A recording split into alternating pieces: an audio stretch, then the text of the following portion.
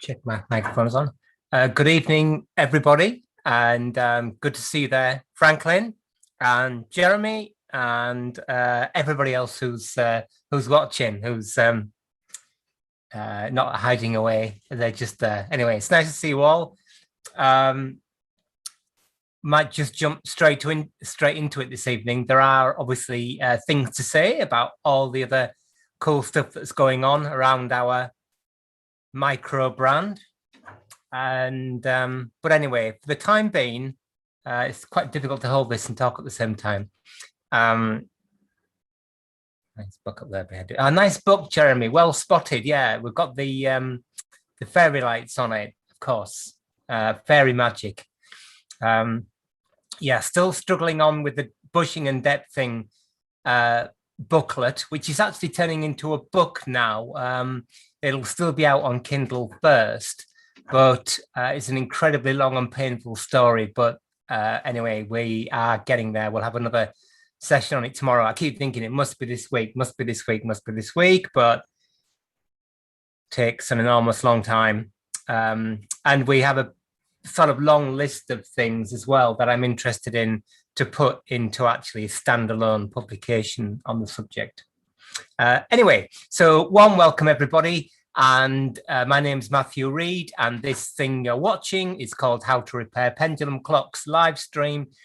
And over the past few months now, or a couple of months at least, we have been working on an early 19th century European toll case clock. And what we're doing at the moment is we're going up the going train. So that's the time side of the clock. We started at the bottom. So the great wheel, we moved up to the center wheel. We did some repivoting, and now we're working on the escapement. And last week we had a look at this escapement, and we decided about refacing one of the pallets. I'm going to go over this again. So if you've been through this torture several times, I'm really sorry, but it's still, well, not that it still seems, but of course there are people out there who this is new. So there are some concepts here that we want to repeat. I should write a book on it, really. Then I could just say buy the book. But anyway, that's quite a way off. Let's just get a bit more light in here. And I need a pointy stick as well. Sorry about that.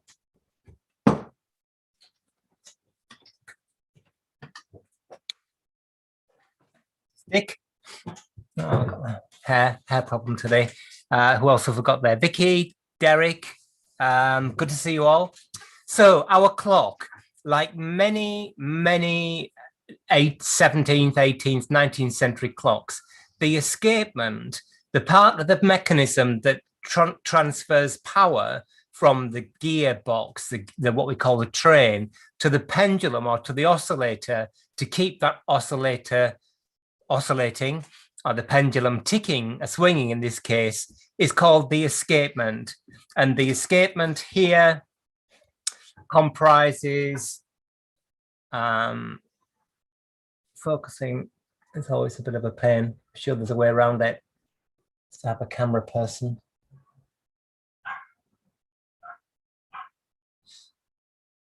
Let's try that. Our escapement comprises of two primary components. One is this wheel here with asymmetric shaped teeth on it called the escape wheel. I can't answer questions in typing, by the way, but if anybody wants to ask a question, please do, and I will try what I can, do what I can. And the other part of the escapement are these components here called pallets that you can see sort of reciprocating. The pallets, slightly weird orientation that you see them in here, but the pallets are connected by this bit of wire here at the back called the crutch or the leader to the pendulum, the oscillator in this case. So what we're broadly after, bearing in mind the fact that we're trying to take a pretty objective view of this object, objective view, and also a kind of close-up view as well from a materials perspective, and come to some kind of balance or compromise, is we're after a quote-unquote efficient transfer of power to the pendulum. That way, we can, in theory at least, reduce our driving force, which reduces wear, and so on. Anyway, obviously, like all things, or like most things, when, if I can let go of that, if it doesn't leap on the floor, when a mechanism like this operates, the working surfaces wear. Now, the wear takes place in 6 places here. He said, counting up the bearings, you can see here, here, here, and here, which are normally in the clock frame. We'll see those a bit later on. And on the active surfaces of the pallets, and they are here underneath there, which is called the exit pallet. I'll do a drawing in a bit. And somewhere down here called the entry pallet.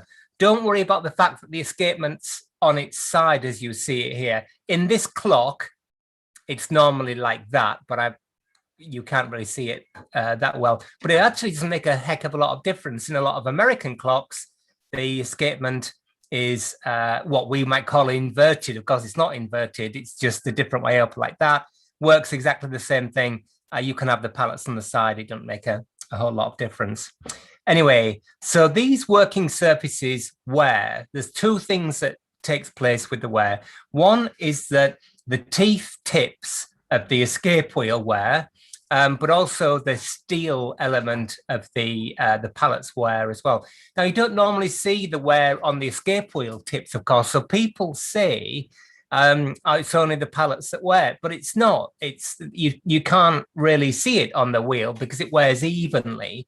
Whereas lots of wears, if we look on the inside of here, on the entry pallet, you can see a little sort of mark or area of where this actually is a bit of rust because somebody has polished the surface away. So if you can stand it, I'm just going to do another drawing and talk yet again about polishing out the pallet faces or not polishing out the pallet faces. I think it's unnecessary, personally. Gosh, I thought that was about doing yet another drawing of the pallets. I thought somebody called the police there. Anyway, right, okay, so I won't labor this too much, but we've got 2 surfaces here. We've got entry pallet and exit pallet. We've got an escape wheel. Let's call this the escape wheel tooth, which is rotating in this direction. Got the wrong lens on for this. See if we can squeeze it in. I need to do a smaller drawing. And the tooth, the escape wheel pushes the pallet out of the way, impulsing the pendulum. And this tooth here, let's just draw this in like this. We'll return to this when we've got a slightly wider angle lens on. But anyway, for now, the tooth gets to this point and then it drops on this surface here. The tooth gets to this point, it goes all the way around and drops back on there again. We can come back to that. But what I want to talk about now is wear to the pallet face. So I'll have to get the scale right for our drawing. And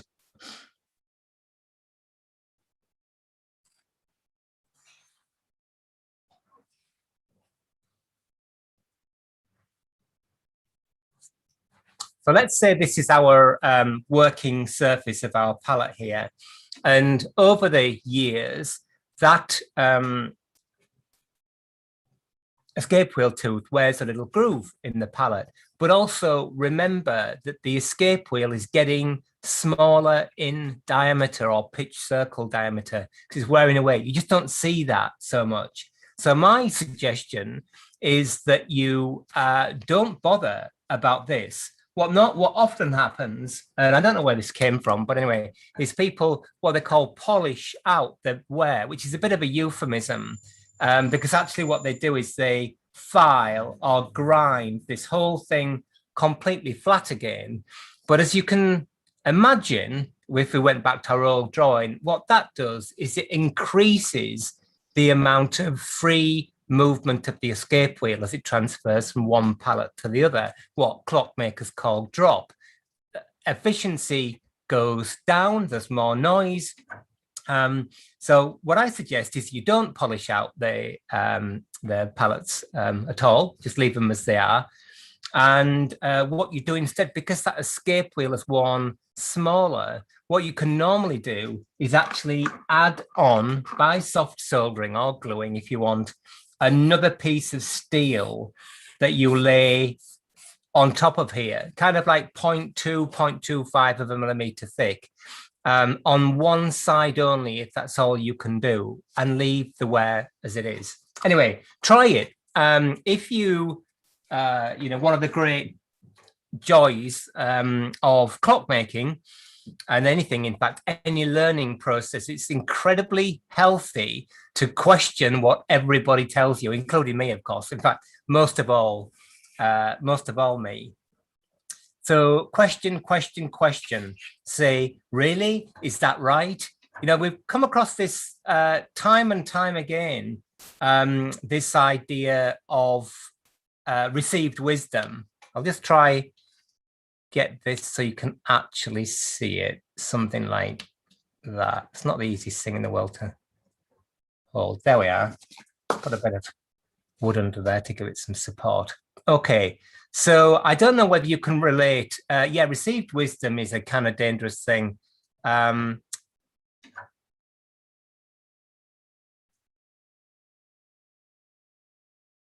right. Just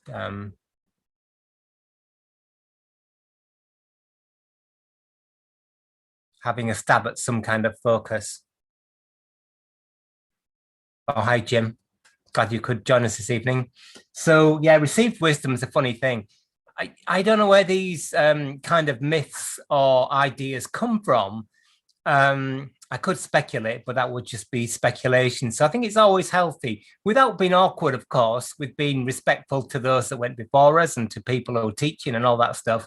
But just to think in the back of your mind, really, is that right? Is there a better way of doing it? Is there an alternative way of doing it? Because as I try and say on a regular basis, there's no right or wrong way to repair a clock. Anyhow, so we end up with a situation where this surface here, our entry pallet, and this surface here, our exit pallet, and all these two tooth tips are worn. So drop, I'll just demonstrate drop, increases.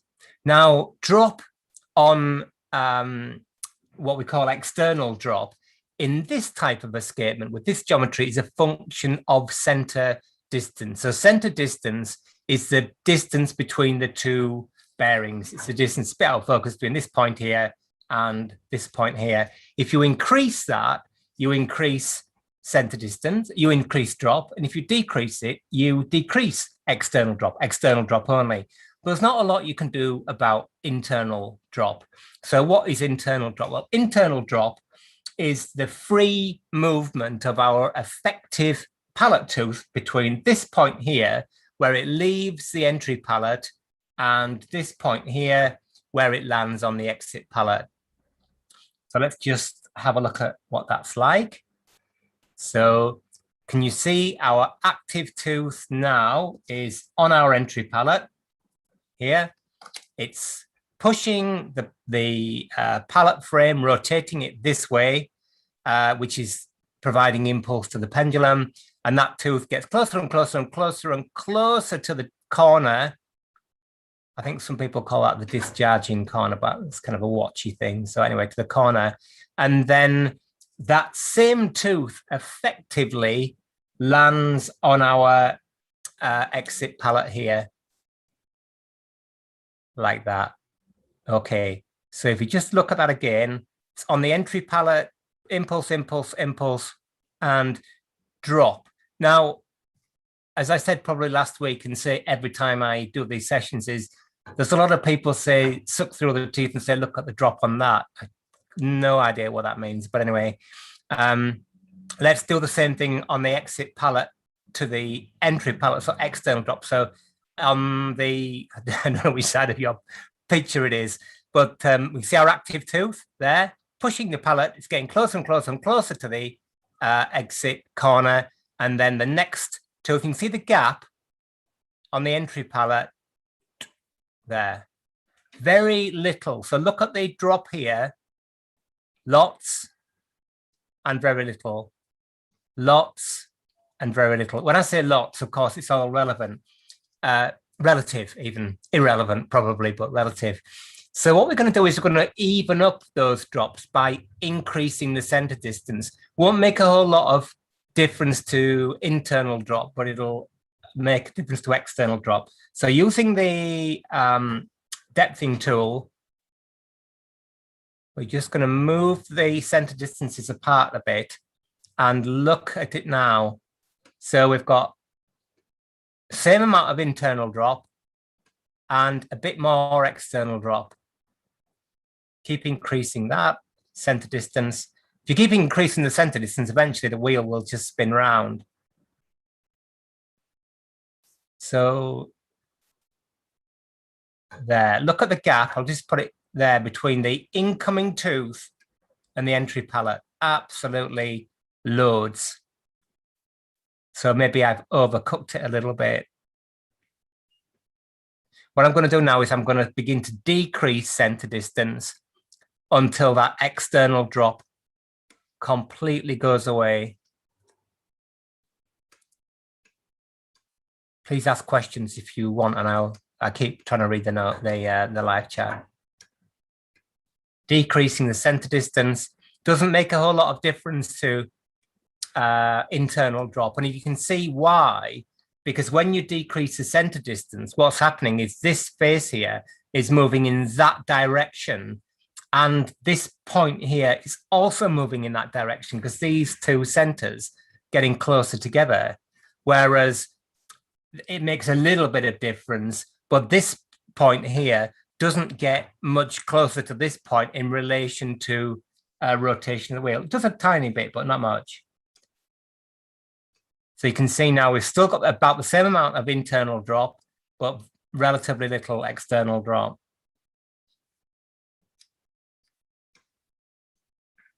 Right, okay. So I've decreased the center distance now to the point that the escapement has jammed. So look at the exit pallet. The tooth is pushing, gets to the corner, but it jams on the corner because this tooth here has already landed on the entry pallet. So this escapement doesn't work, but it's an interesting point because that is a kind of critical position we want this to be in. I'm just going to do a little exercise here. I'm just going to get it to tick by, I'm just slowly increasing the, there we are. So our exit pallet tooth, look, just leaves it now. Maybe we can go back a little bit.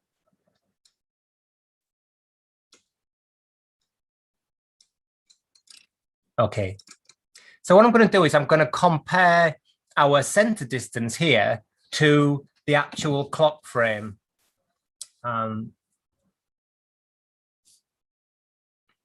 Might have to change our lens, I think, and go a bit wider angle. Yeah, we will. There we go. So what we've established now is a kind of zone or an envelope in which this escapement works.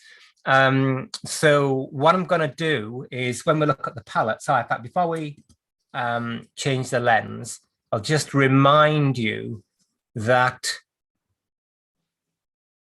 if you look at the entry palette here, already managed to lose my pointy stick. There it is. If you look at the entry palette here, you can see that it's already had a piece of material soldered on, slightly kind of wedge-shaped material. So because I'm quite happy with the condition of the exit palette, it's been polished out or filed out or whatever. So, you know, it's what's done is done. I'm going to try and forget about that. I'm going to leave that as it is. And I'm just going to reface this palette here. And what I'm going to do is I'm going to make this a bit thicker, which will account for a bit of external drop. But I'm also going to leave it a bit longer here, which will decrease internal drop. Anyway, you'll see when we get going. So you can adjust the escapement with just one pallet reface. Now, if you're lucky enough to find pallets that haven't been refinished, that haven't been filed out, then yeah, that's great, because you can go at it, think about it, and maybe just refinish one side. You can refinish both sides if there's room, but typically there isn't, without putting a very, very thin bit of material in there. So I'm going to take this material off here, and I'm going to put this material on instead, bit of gauge plate. Okay, but before we do that, let's just have a quick change of lens to go a bit wider angle, and we'll just offer up the center distance that we've got to the clock frame. In fact, that would also be a cool experiment to see a sort of reverse engineering it. So a couple of minutes of mucking about.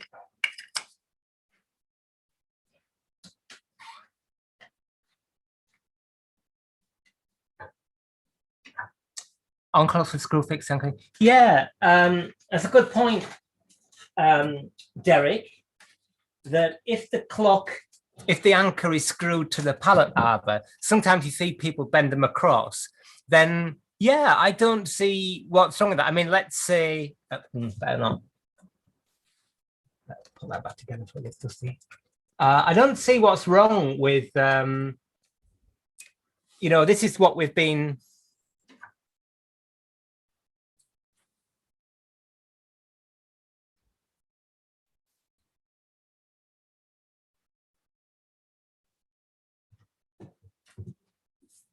This is what we've been talking about on the Facebook group in relation to the decision-making process as part of practice. You know, if you've got those pallets and they're screwed to the arbor, and you can move them along to operate on an unwarm position, some people might say that's kind of wimping out, because you're just putting off the decision till future, which is true. You are putting off more intervention to future, but who knows what the future holds? We shouldn't conjecture in terms of, you know, things that we've discussed already on this thing: laser welding, infilling with sintered material and plastics and epoxy and things like that. So I think that's perfectly fine. I think any kind of bending, I say don't bend the pallet frame. That's kind of like your worst case scenario, because once that geometry is lost, it's very difficult to kind of reverse engineer it. So yeah, I don't personally have a problem with that. If you can move the pallet frame across, you know, without bending it, by undoing a screw and slipping it along a little bit further, then yeah, I'm okay with that. Right, anyway, so here we've got our depthing tool and the center distance. You can see, if you haven't seen the depthing tool before, what I was doing was I was adjusting here to change the distance between these two kind of parallel runners. But anyway, we've done that. So let's just get rid of some of this junk here.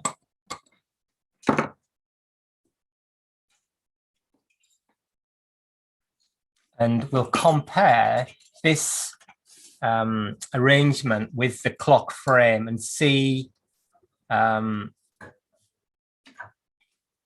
it looks. Now, this is one of the best uses of the depthing tool, is in repair, is to use it as a comparator, to compare one thing with the other, which is what we do in depthing the whole time. So make sure that the runners are parallel, like that. Okay. And let's grab our clock frame, which is waiting patiently here. Now, it's a little bit more difficult on the back cock because it's staggered, but on the front of the plate, without scratching it, cool. I mean, I'd have to get my eyeglass out to look closer, but it's incredibly close. It's fractionally closer together on the depthing tool than the actual holes in the frame. So you push them in there, you can see it's pretty perpendicular. So that's nice. That's kind of reassuring that we're in the ballpark. What we think and what the frame says are in agreement. Now, on this clock, you might remember from last week that the backcock screws, the backcock is adjustable. Now, a lot of them aren't, they're steady pins, so you're stuck. But in this case, we're lucky because we can move that up and down. So what I'm going to do is just take this off. I'm going to fit the escapement because we know that the center distance on the front plate is pretty much where we are with our depthing tool. Then I'm going to, I think I knocked those pins in quite hard.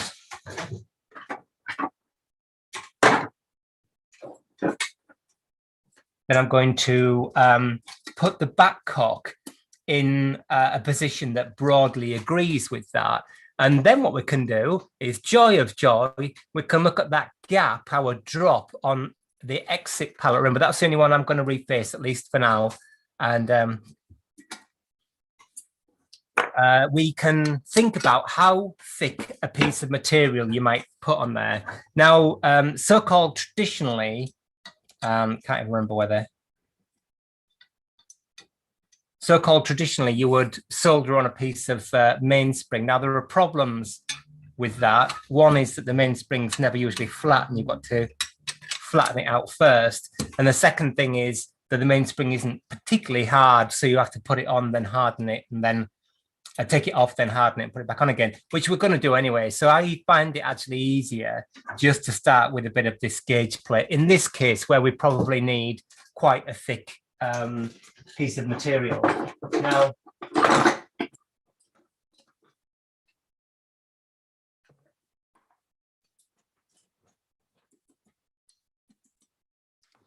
let's just put the backcock, the pallets in.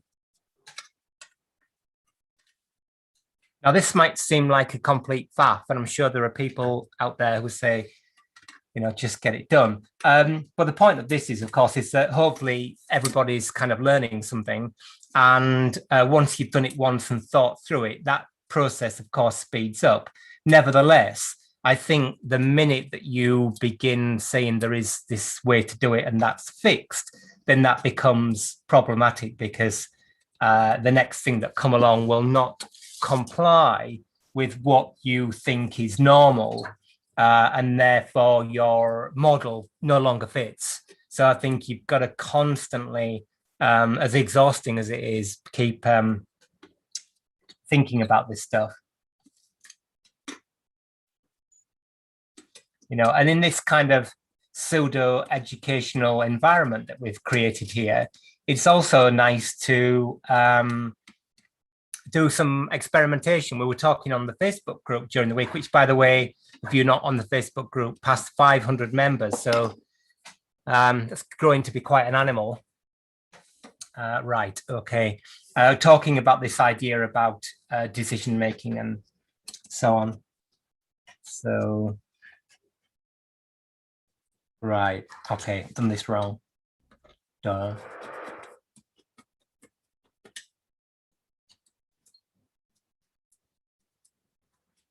Might actually be difficult to do this because I'm not sure the runners will go in because of the backcock sticking out. But anyway, let's have a look. So the process, when I've finally finished faffing about with this, is going to be, I'm going to cut a bit of gauge plate. I'm going to solder it on, soft solder, onto the pallet face. I'm going to then file it down until it nearly works. And that's why I made the point about that kind of point where it doesn't quite tick is the best point. Take it off, harden it, solder it back on again, and finish it. I might do some of that during the week, but so we want that. So you can see here, I talked about this last week, but let's just look at it again. Come on, camera, if you don't mind actually focusing. Be useful.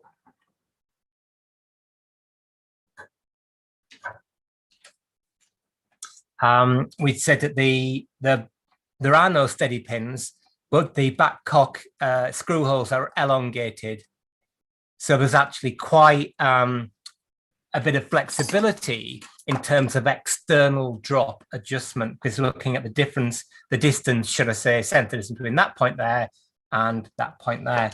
Now I've got a feeling that we're not going to be able to get this runner in here. No, we can't, after all that faff. So what I would do is to, if I was, I mean, I think we can just move on, but what I would do is to just file this down, either make a new runner, which I've got some steel somewhere, or in fact just file part of this away so it fits underneath the back cup there. It was a kind of more involved making project, but now is probably not the time to do that. Instead, what I'll do is set this, I'll put it back where we were. I'll set it about halfway, and let's have a look at that gap, which will give us an idea about how much material we need to solder on. Yeah, these tools, the depthing tools, are a great tool, but there, of course, it's problematic, so I would just file it away. Might do that actually for next week, but something I probably want to do quite neatly. Don't think it'll make any difference to the operation of the tool, but it'll make it a whole lot more useful.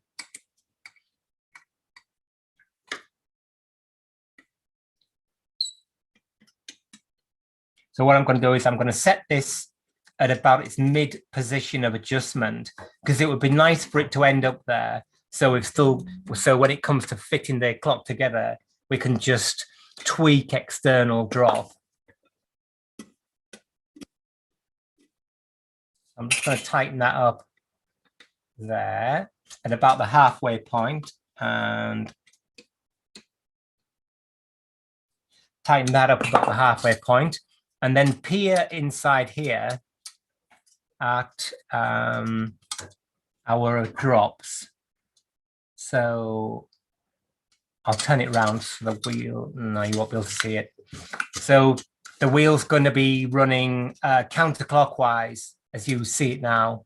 And what I'm interested in, slightly difficult with the light, but is the gap underneath here when the tooth falls off here, off the exit pallet, goes all the way around and lands underneath here, and want to look at that gap, the drop, the gap that generates drop, in fact, and see if a bit of our 1 millimeter thick gauge plate will go in there. I've got a feeling it's going to be far too thick, but that's fine. We can file it down. So it's time to have a wee look. Yeah.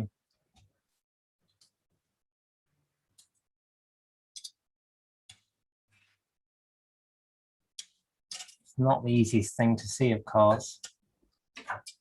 Maybe.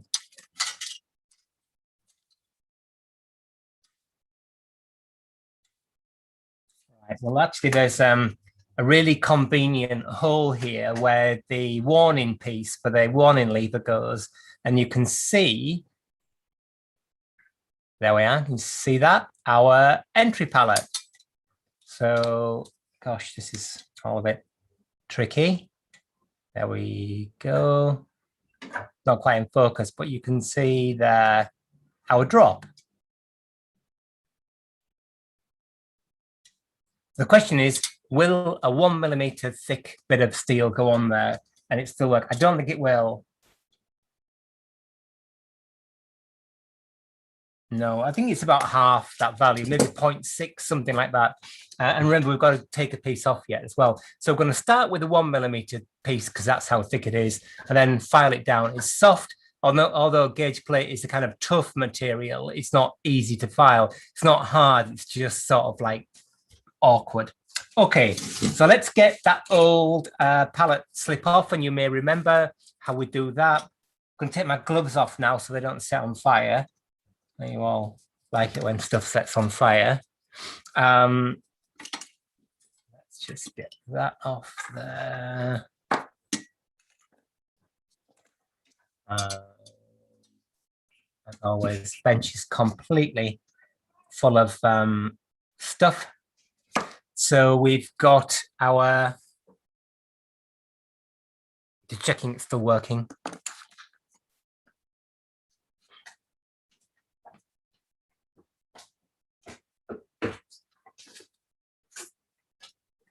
So here we've got a number 2 Glasgow brush that we've been soaking in water to prevent it from setting on fire itself. It's just, there we go. It should focus there.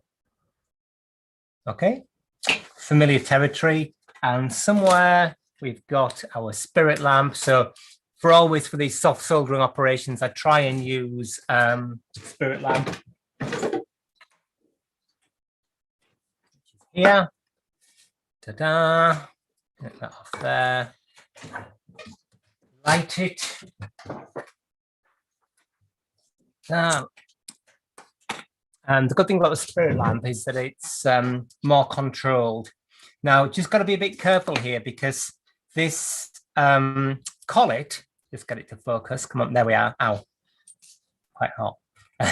The collet there, this component is soft soldered onto the arbor. So if you get it too hot, that will come unstuck, and then you've got the whole lot of other problems with concentricity and so on. I don't think it's going to be a problem. That's as long as it is actually soldered on. He said looking around for clocks in bits.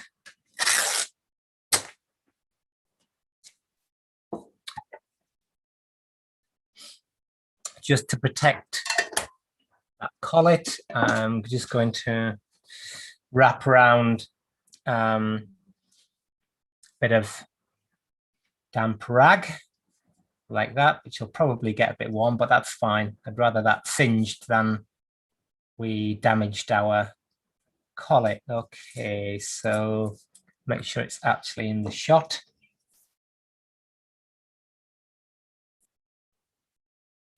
So just heat it a bit, keep brushing.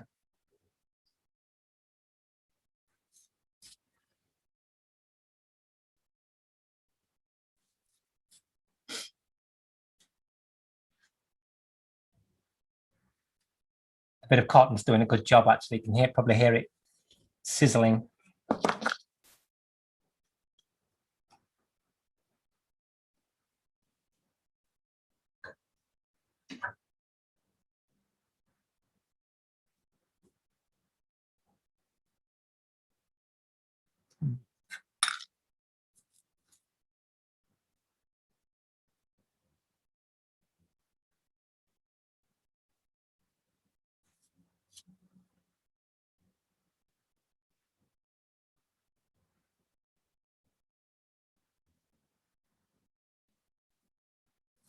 There we are. Well, the cotton there's acting as a heat sink, so it took quite a bit longer than I thought. So the point of the brush here is to brush off excess solder.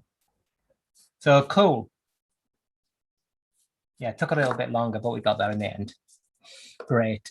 So cover that up, pop that to one side. Here's our pallet face now. You can just see the one area underneath in the reflection there. Okay, and here is our bit of material that fell off. Let's just try a bit of, there we go. Manual focus. Okay, somewhere is, here we are. Just have a little measure up.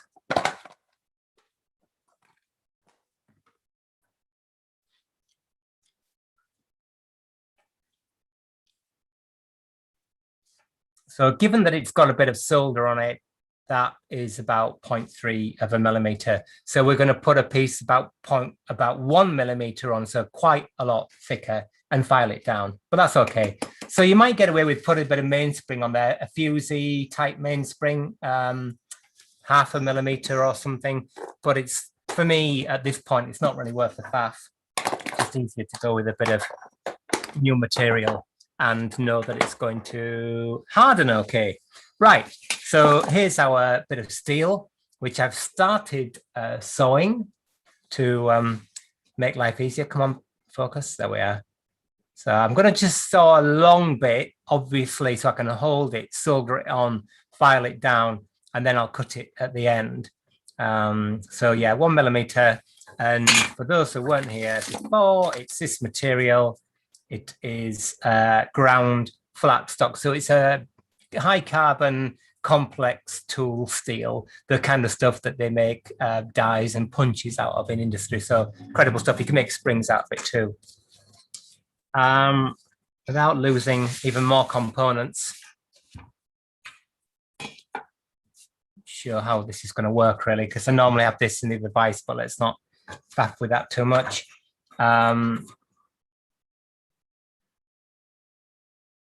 Yeah, right, okay. I'll just saw this off. I've already sawn along. Let me see about there. It's not really clamped that well.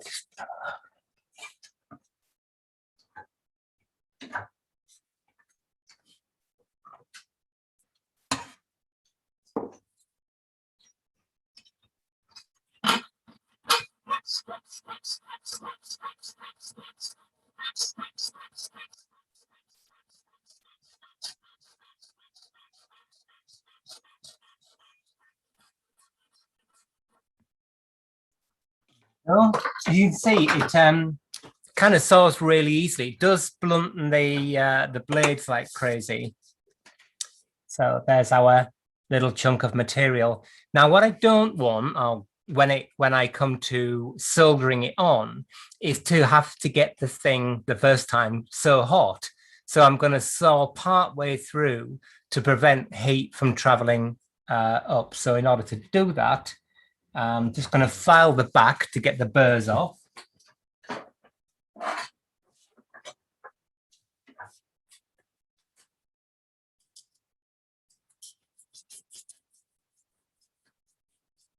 So Matthew, no need to re-tin, is there? No, you're right, Derek. There's no need to re-tin that pallet face. It's always tempting to put more solder on though, but then it only ends up squidging out. So there's our bit of gauge plate that's roughly prepared. We don't have to worry about it too much at the moment.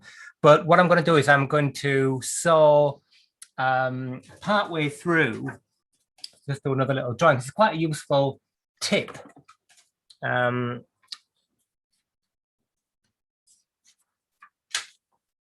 So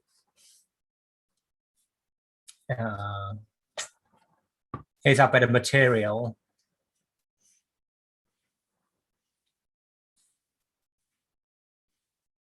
I'm going to hold it here, but I'm going to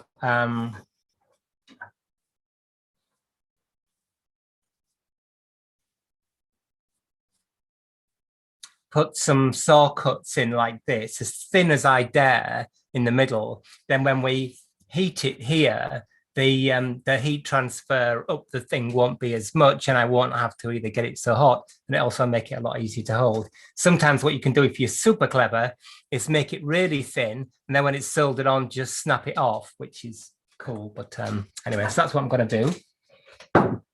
So get my new favorite tool out, the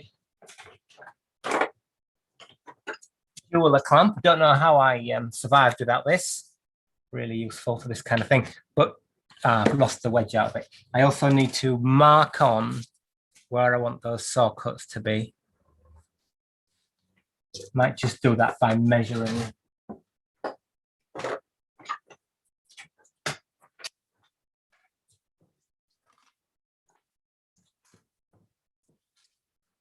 So the pallet face is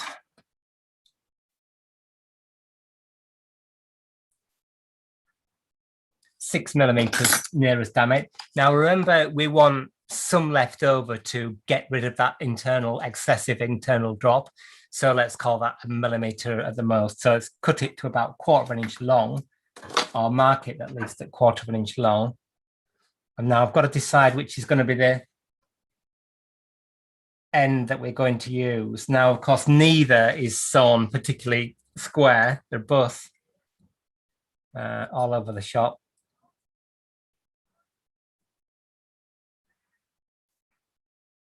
Cool. So just put that on there. Pen.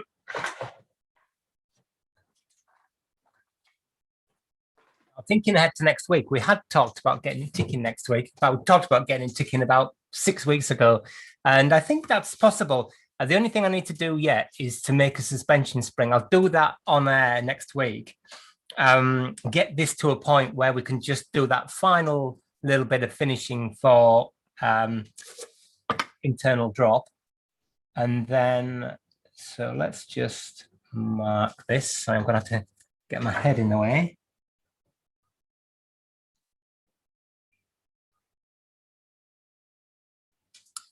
There we are. So you can see that I've put a little mark across, which is where I'm going to sew it. So that's the bit we're going to keep.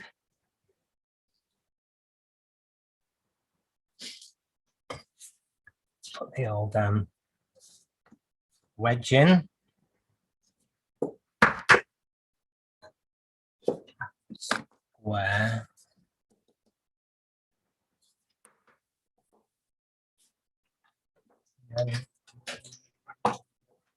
Probably, obviously, would normally do this in the vise, make it easier to hold. But let's just.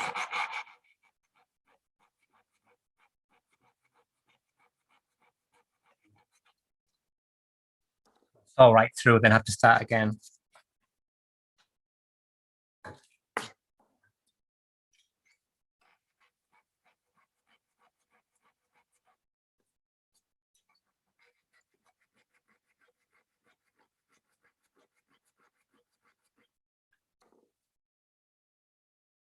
Oh.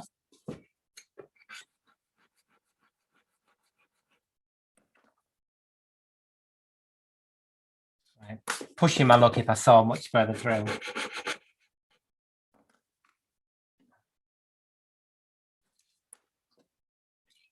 It is pushing his luck a bit more. Anyway, that's enough of that mucking about. So there's our bit of metal, and if you can just see there, I've sawn down to about 1/2 to 3/4 of a millimeter, something like that. So the next thing to do is to solder it onto our pallet. So how we're going to do that, I've not really thought this far ahead. Right, okay. Time. John's vise. Ideally, we'd have that surface. Got smooth jaws on the vise here, so no problem with holding it directly in the jaws of the vise. They're not those engineering type. Otherwise, we would be using our vise protectors, or a bit of card, or a bit of aluminium, or whatever your poison is there. I know Derek, what I'm thinking is I really want to put some more solder on that, but anyway, Derek says no more tinning, so I'll not do any more tinning. I'll just tin the bit that we're going to solder. Just get that under there, a little heat sink again. So got quite a lot of light reflecting. Let's just turn that down a bit. Might make it a bit easier to see. Anyway, so what we're going to do is I'm going to tin that, solder that on there, and then we can begin our process of filing and cutting back and trying it in the frame, which is put it in, file a bit off, take it out, and it takes ages, but anyway. Right, so let's clean this up and put some solder on there. And as Derek said, on that ground steel saw blade, just a regular piercing saw blade. People ask me what number piercing saw blade I use. I used to like the really thin ones, so like the 4/0 and 6/0, but nowadays I'm just using up old stock, and so I just grabbed the first one. But I mean, I can't remember the names of them. There is one branded Bergeron. There's one I think called Gold Snail. There's one called Shark, is there? Might be, I can't remember. I just use any old sort of decent quality that you get from HS Walsh or the Cooksons. That's it, the metal supply people. Right, so we want a bit of steel wool to clean up the surface of this thing. So I use 4/0 steel wool like this. Remember, when you dispose and store steel wool, do that responsibly, because it can really easily set on fire and massively problematic. So the good thing about having this little bit to hold on to, of course, is you can hold on to it. In the old days, I would just cut it to size and then really struggled. So clean it up with that. And get some flux. I'm going to put gloves back on to keep the flux off my fingers. Yeah, you've got to be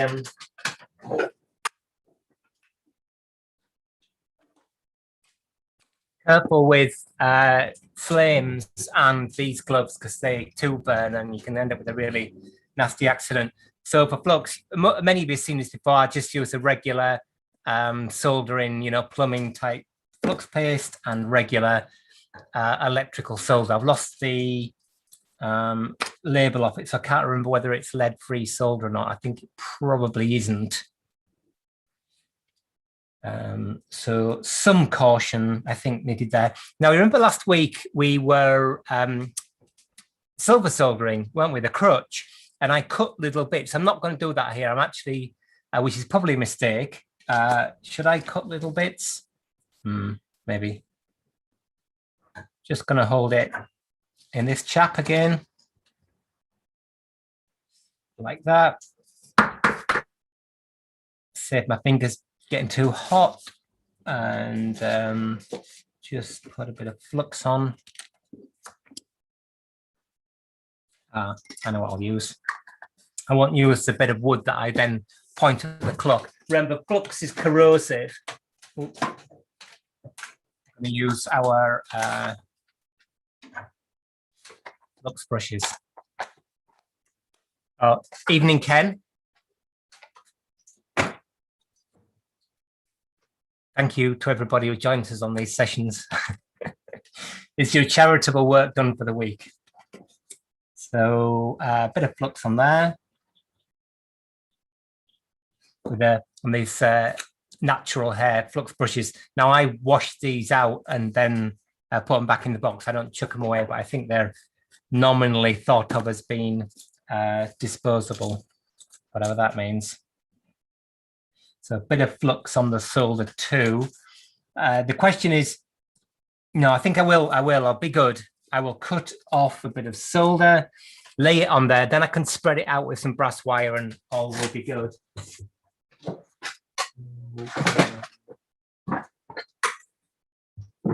Quite interesting, using the term pretty loosely, these sessions, because of course you get to see what tools are like. You use them every time, virtually every time we have these sessions, we use the same tools.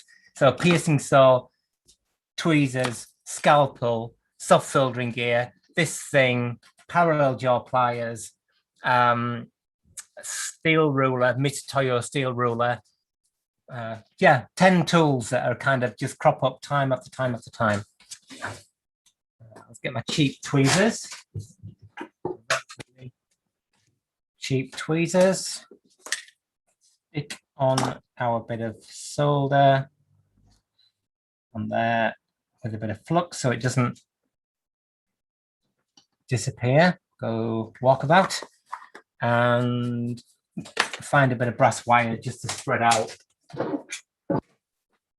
Flux.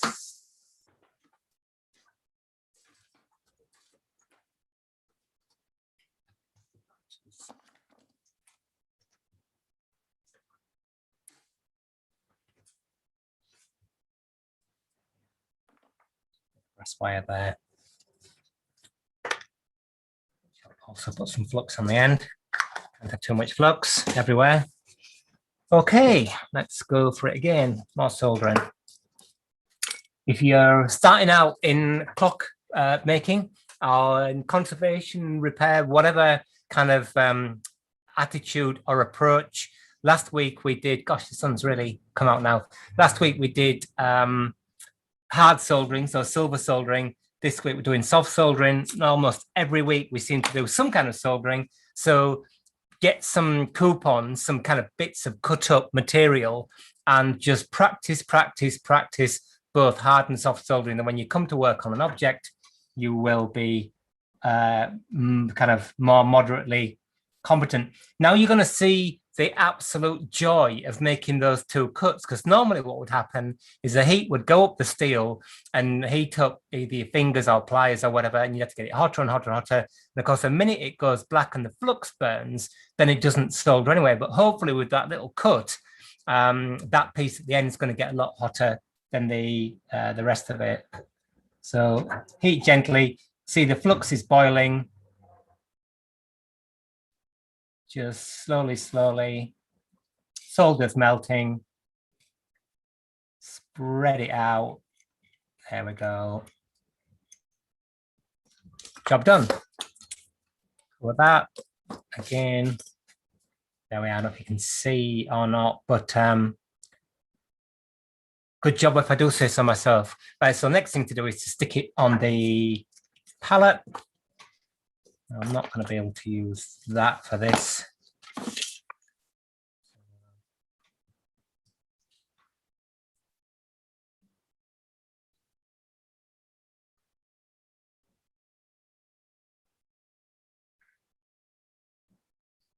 going to be a little bit of a faff, but anyway. Flux brush again. Tempting as it is to put some more solder on there, I won't. There's already loads on the bit of steel. And light up again. Right, it's going to take a bit of dexterity. Got so many tools on the bench, can barely move for them. Let's get our, I'm not going to use my best tweezers. I'll just get some relatively inexpensive brass tweezers. Hold it in place. That would be ideal, would be if I just hold it like that, maybe.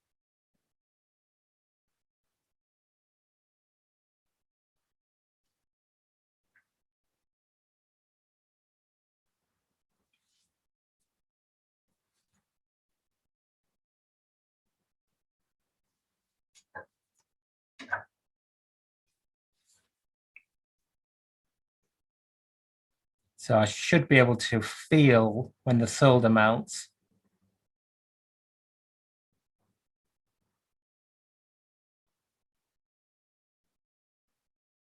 You can see the flux boiling. And yeah, there it goes.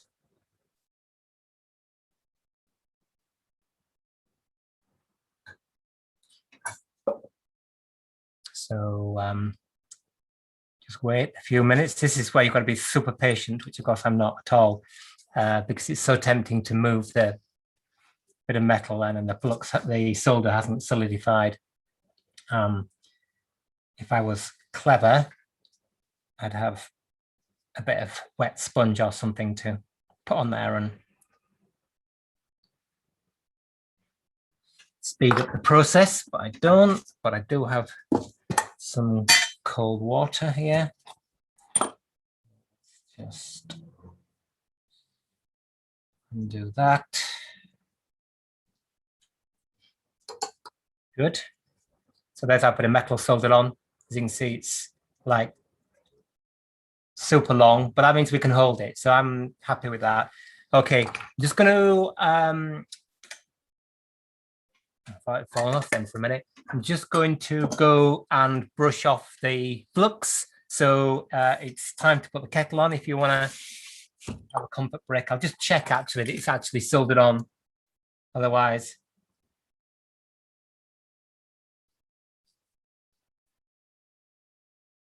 yeah, it's soldered on. I'm not sure that it's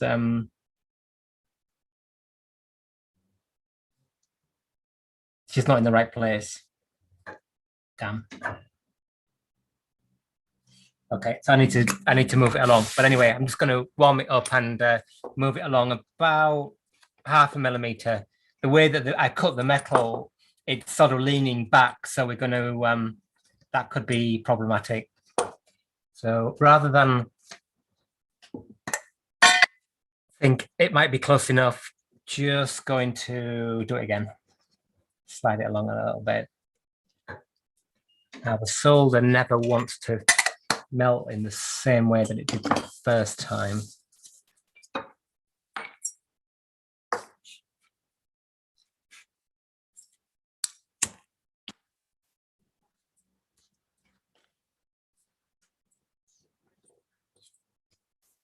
Slightly more difficult this time.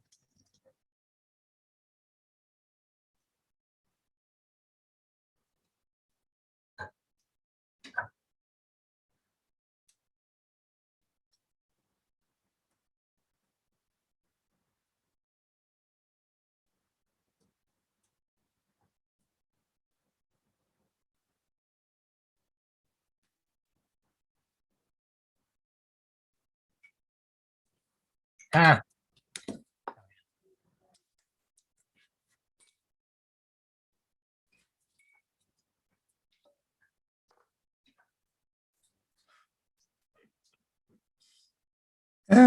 Right, okay.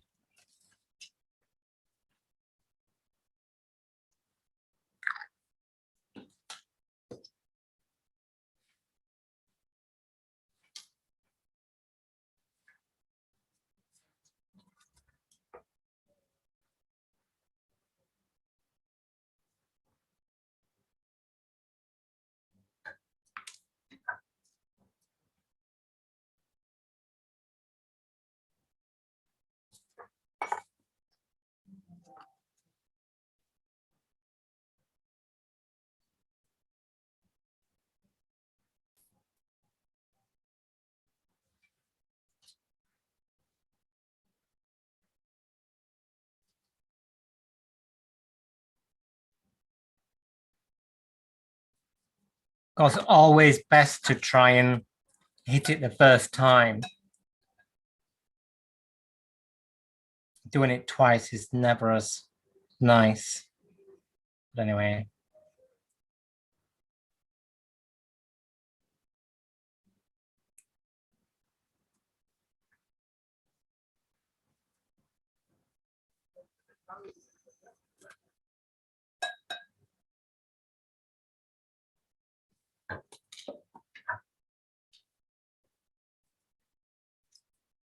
I can see it's not even square, is it?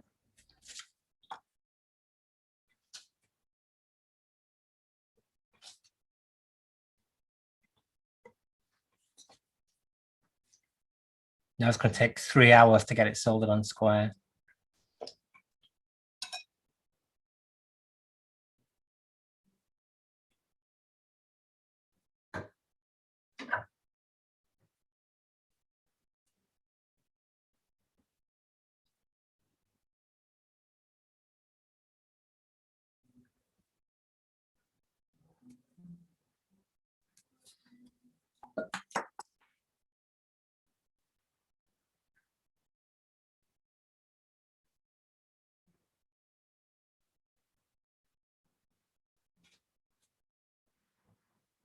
It's not particularly square, but anyway. Check it's actually on.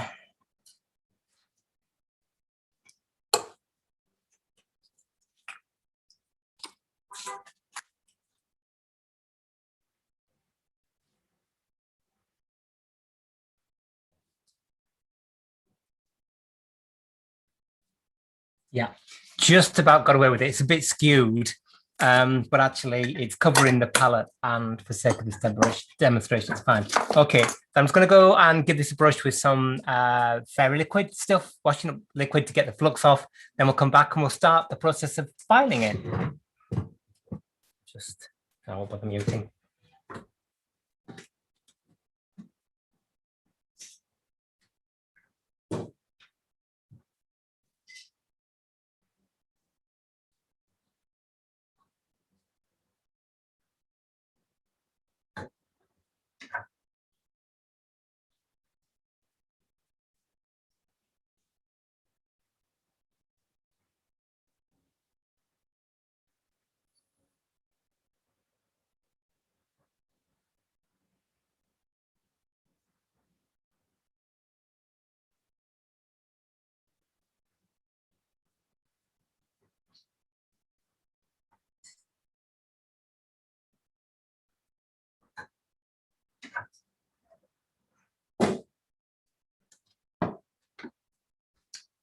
There we are. So we have cleaned off some of that soap, and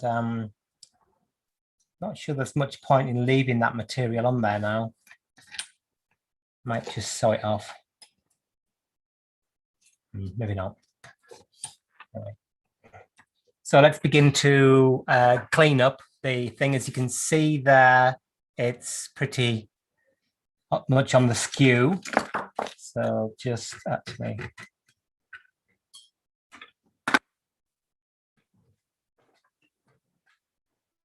Luckily, I made it wide enough. Yeah, so broken our handle off. So that's really good. And just about got away with that there. So I'm going to just move back to manual focus because I'm getting in the way. There we go. So first thing I'm going to do is, without filing the old pallet, just nice noise, square it up that way at the back, and then I can't see, but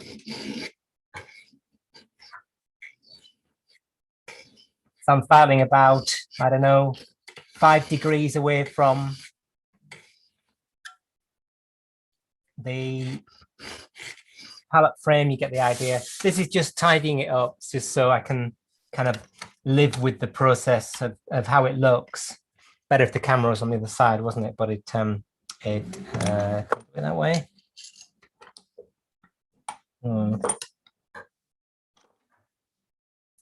Not so easily. But anyway. So keeping off the pallet frame, of course, I don't want to touch that at all if I can help it.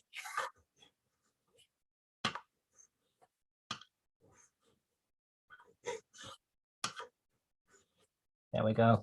So that's just tidied up the side so it doesn't look quite as bad. Doesn't make any difference to how it operates for the time being. There we go. You can just see that there. So it's a whopping great big chunky bit of material. Maybe could do to be slightly longer. Let's just have a look.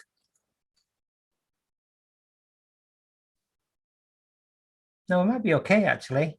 Gosh, it's within about 0.1 of a millimeter, but I think we're okay. So what we're going to do now is to begin to shape the underside of this pallet here, because it needs to be cut back. So when the escape wheel tooth, back to a drawing, I think. Lost my clipboard.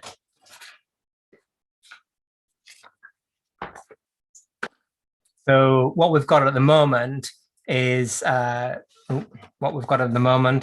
something like this, like that. Actually, it's probably about there.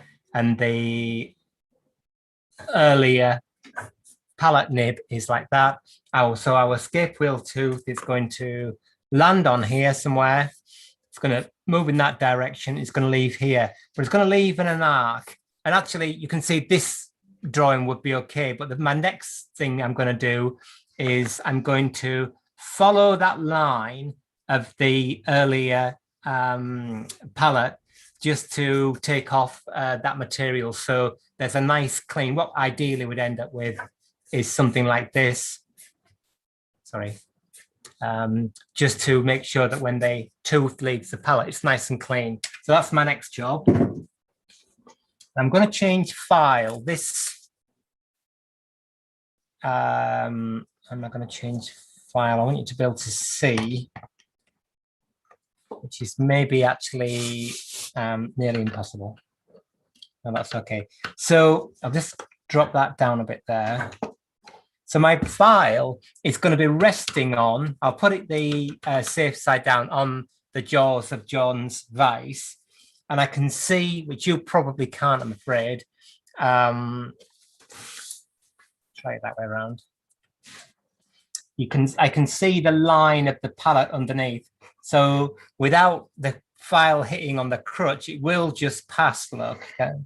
I'm just going to replicate that angle. At the same time, checking that the this space is square with the pallet frame, which it is, not too bad. Now, I don't want to take too much material off here because this, remember, is our internal drop that we're trying to actually decrease. And now get the file so you can feel when it's flat on the work like that. You can see it, in fact, it's going to start reducing the thickness.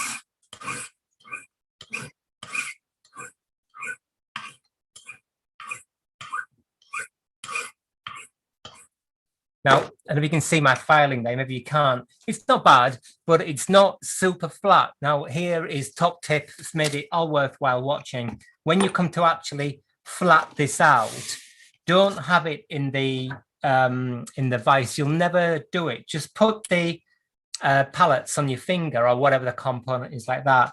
And then the two things will stick together. They'll kind of work together and you can actually file it much flatter. It says really get a slightly smaller file, but this is okay.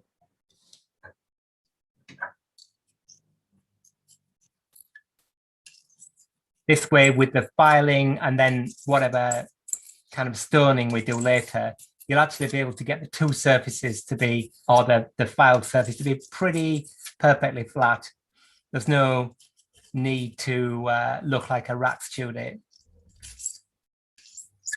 Right. Okay, so what I'm going to do now is I'm just going to try it back in the frame. So it's pretty rough at the moment. Let's just pull the focus a bit. Pretty rough. And you can see it's probably about, oh gosh, it might even be twice as thick as we actually need it. But I'm just going to try it in the frame, just sanity check it really, that we're kind of in the ballpark.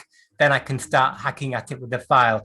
And I'm going to have the back cock in the highest position it'll go.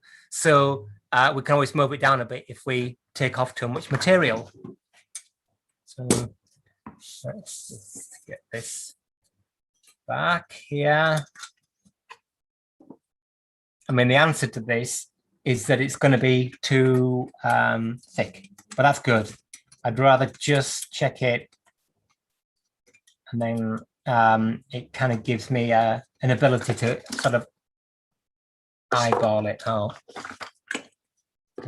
just knocked the mouse, but I think we're still broadcasting. So moving the back cock up into its highest position. Just gonna have a quick look. And come on, brain. Yeah, got absolutely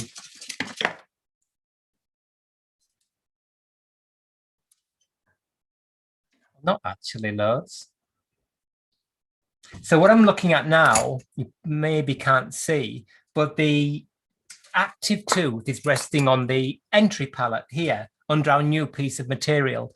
And this one, no, it isn't. That's completely wrong.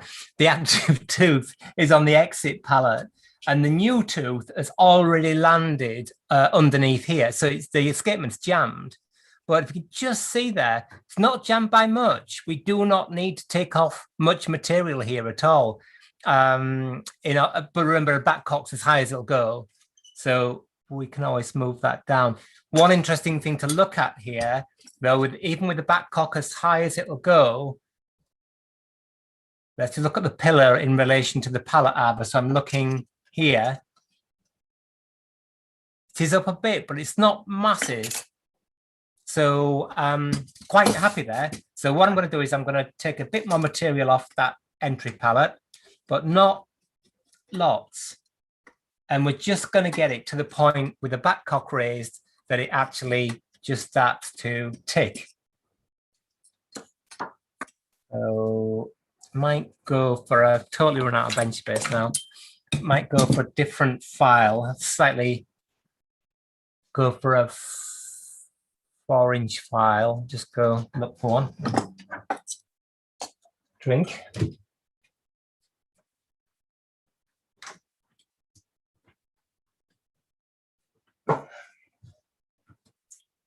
Gone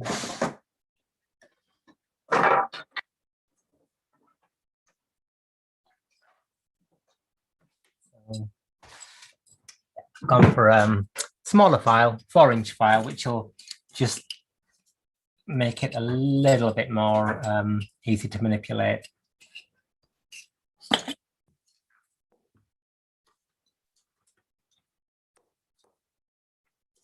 So what I'm going to do is I want to get to that sweet spot where the pallet, the active tooth, the scalpel tooth, is right on the corner.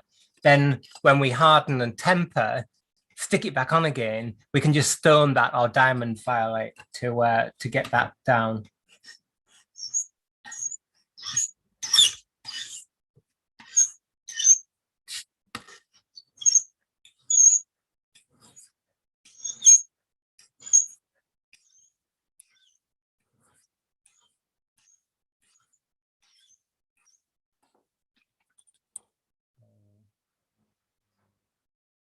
Suppose I should have probably measured it. Another useful thing to do is to look along the length of, there we can see there, the new piece of material and check that it's square with the end of the other pallet. It's nice when the ends are nice and straight. Of course, if it's an earlier end or earlier pallet and it's at an angle, don't square it up, don't straighten it up. It's always been like that for a long time. I would leave it. Again, we know when the clock's running, the pallets don't move about in the kind of axially, so they'll just find their place and be okay there. Let's get that cork block actually. Another tool that we use the whole time.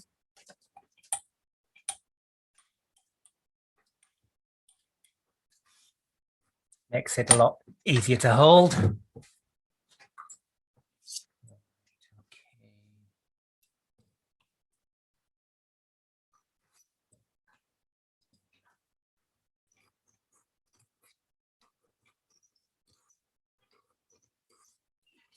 Just want those two surfaces just to kind of stick together, so the bit of filing that we do is nice and flat. Other way, that's it. A bit awkward, but we're getting there.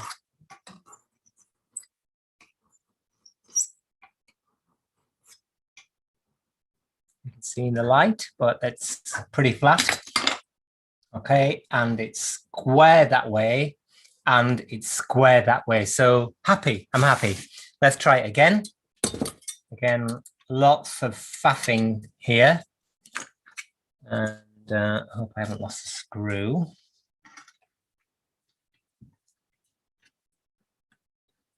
But when it's, what I like with these is that if you bother to reface one pallet, is to get it to the position where it'll run maybe around most of the teeth and not them all, and then I know that I'm getting there, kind of happy then. Sometimes I even will leave it and put a bit of paper under there just to increase external drop. Then the next time you go back to the clock, it's worn enough to take the paper out. I'm sure that would be much frowned on, but there you go. Right, same thing. So the back cock's in its. Let's just see if we can walk it back. No, we can't. That's a shame.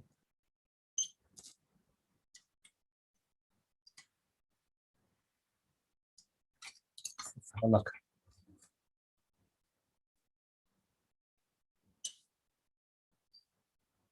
Yeah, a bit more. I can be a bit more adventurous, I think, with the filing this time. So what I'm going to do, how are we doing for time? I've got 10 minutes. So what I'm going to do during the week is to continue this dull process of filing, testing it, but I won't do the whole thing. I'll just get it to the point where it's about jammed. I'll harden it. I think you've seen that before. Just wrap it up in some iron binding wire, harden it, solder it back on again, just where you've seen it today. But I won't do the actual finishing thing. I'll get it right to the point where it's just not ticking, and then we'll do a bit of stoning or diamond filing or something just to get that last little bit, and then we will have the escapement ticking. But you see the principle of what I'm doing.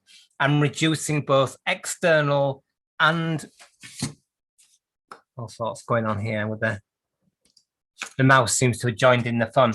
I'm reducing both external and internal drop on one pallet only, and I'm doing that by external reducing the thickness, internal by reducing the length, which is my second part of this. So once I've done the thickness, I'll then move on to reducing the length.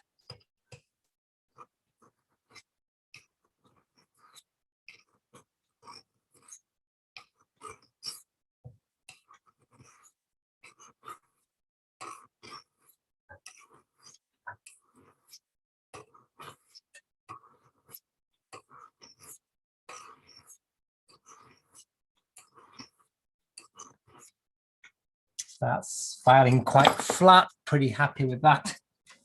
Lost another one.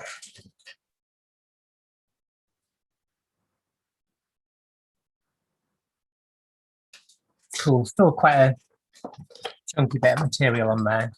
So I'm just going to keep filing anyway until we get that external drop down to kind of 0.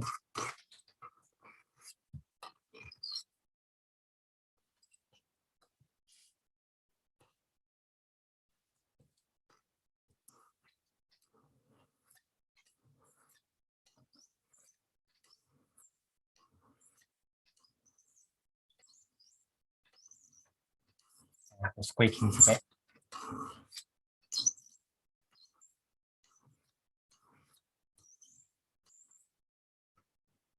Again, just checking the whole time that it's remaining square and flat. We don't want it becoming squidgy.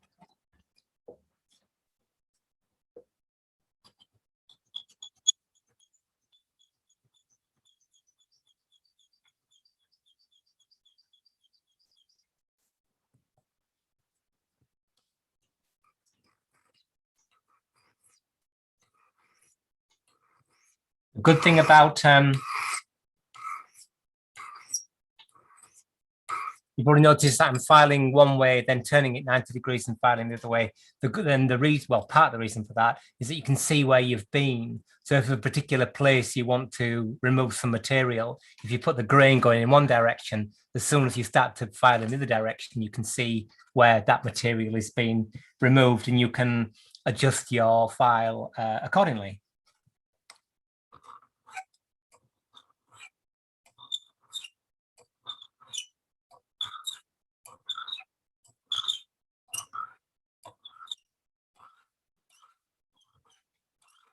Of course, this piece of material is going to come off the pallet in a bit anyway. So if we wanted to really stone it to get it super flat, then we could do that at the end. It should be quite nice, actually.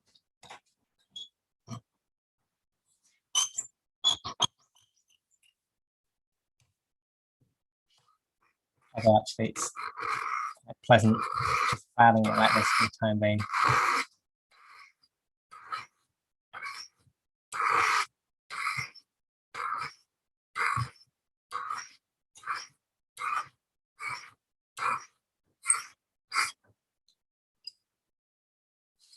So the material's down to about 2/3, I think, of what it was.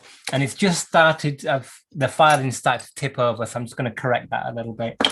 Remember, you can always put your blue marking pen on there, Sharpie pen. So you can see where you've been. So I want to file on that side a little bit more. So not like that. Yeah, like that. So just tip up. You can see that there. You're filing away. I'll just bring that right across.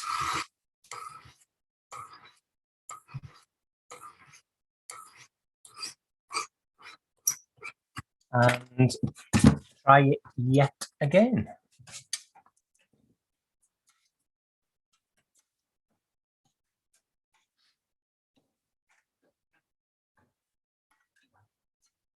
For those of you who are joining us on Saturday, I made a mistake with my dates. I thought this week was the week that we're doing the we're doing the beginners York Festival of Ideas, but it's next week. It's the 18th or 19th.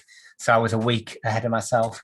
So can't quite remember where we are with our, oh, we had the beat setting thing, didn't we? And where we're going next. Slightly forgotten. I'll have to look at the live chat. But we'll be pressing on. So if there's any particular thing you want us to cover?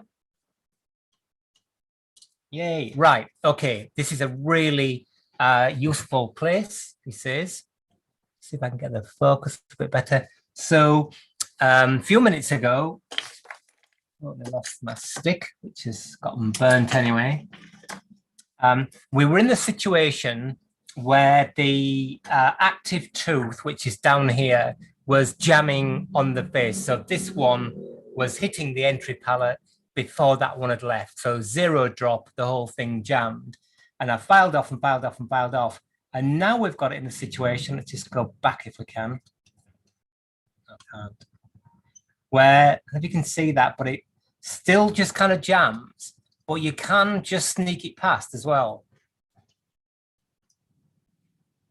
Right, that is perfect. That is absolutely where you want it to be, because we can now stone down that surface a bit to give a finer finish than the filed finish, knowing that's going to increase external drop, but our backcock is at its maximum height. So we've got loads of adjustments. So we're kind of laughing there. So half of that operation is done. So now we know we've got some, well, we've effectively got 0 external drop.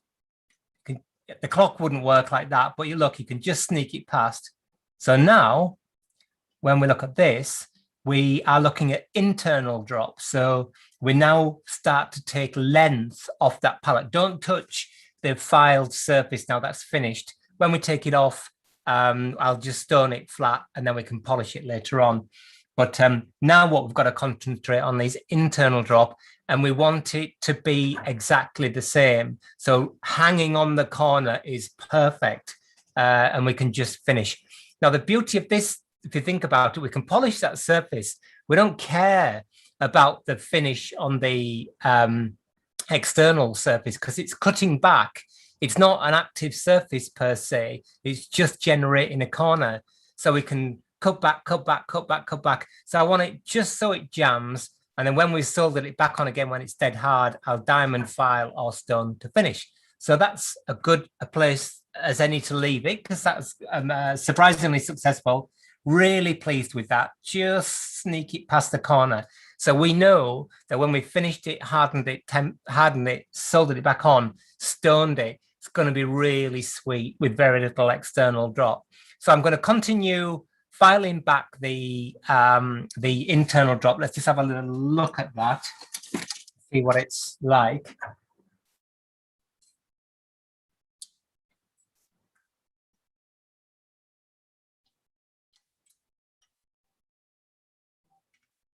Yeah, again, there's not, surprisingly, not masses. There's about 0.5 millimeter, something like that. So I'm just going to file that angle back until it's just stuck on the corner, and then take it off and harden it dead hard. But anyway, as always, thank you for your support. It's great to see you all. And yeah, we will see you on Saturday, hopefully. If not, on Facebook, maybe next Thursday when we continue this. And so what we'll be doing next Thursday is just a little bit of finishing on this, because I think we've kind of labored it enough. Let's put it in the shot so you can see the fruits of our labor. I think we've about finished labored pallets enough, but it is one of those things that crops up with nearly every clock that you work on. So what we're going to do next week is we're going to make a suspension spring from a bit of suspension spring steel. I'll have the movement ready to go, some kind of test stand. I don't quite know how that's going to work. Maybe I'll just sort of fix something to the edge of the bench here.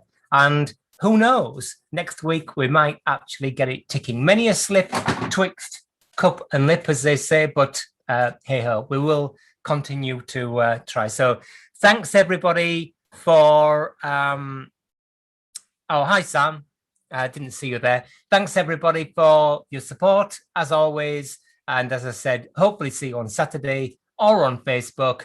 And maybe no, I don't think we'll have the bushing and depthing done by next week. It's grown into a monster. Anyhow, we'll see you again. Thanks a lot and bye for now.